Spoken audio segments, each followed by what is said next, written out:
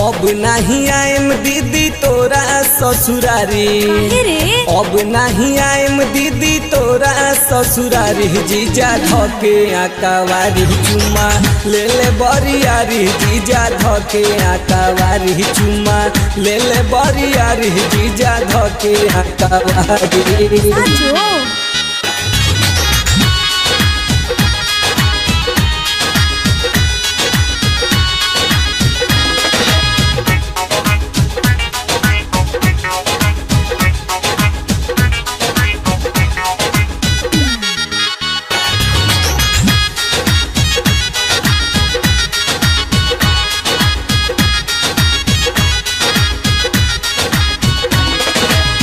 पहले की साली आधा होली घरे वाली, चाहता रे चूसल हमरा उठावा के लाली। बुझली ए दीदी, पहले की साली आधा होली घरे वाली, चाहता रे चूसल हमरा उठावा के लाली।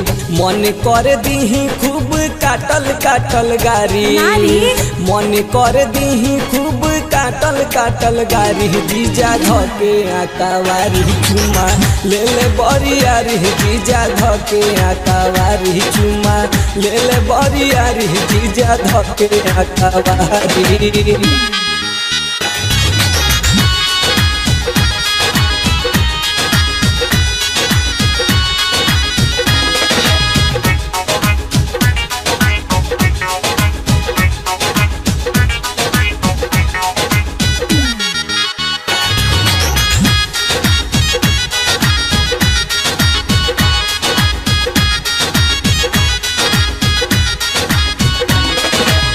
केतना ले कहीं उनकर चिड़िया चरितर, डाल देले हाथ हमरा चोलिया के भीतर।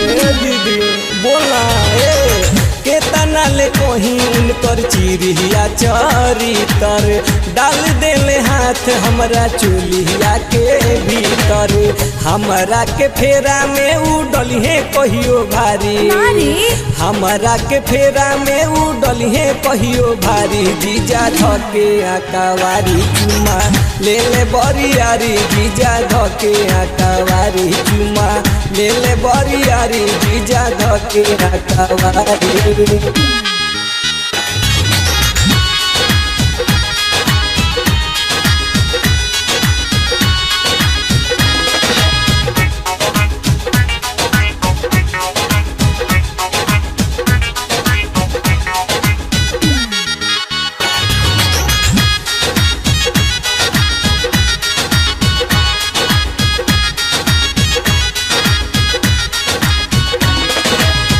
देपुर के लोग पूरा लेत बावे मजा, पहले प्रिंस की बना लो हमके राजा।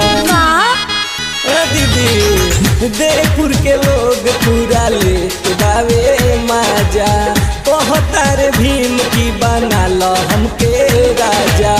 बबलूनी दर्दी दुख बुझस हमर सारी, बबलूनी दर्दी दुख बुझस हमर सारी। जीजा धके आकावारी चुमा ले ले बरियारी, जीजा धके आकावारी चुमा ले ले बरियारी, जीजा धके आकावारी।